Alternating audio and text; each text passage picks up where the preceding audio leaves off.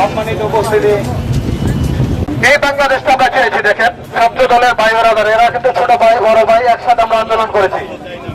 এই সৌহার্দ্য, এই সম্প্রীতির বাংলাদেশটা আমরা চেয়েছি। সবাই একটা তালে হয়ে যাক। এই আদর, এই ছোট ভাইগুলারে আমরা একসাথে যেহেতু 24 করেছি, একসাথে আমরা এই বাংলাদেশটা গড়ে তুলবো।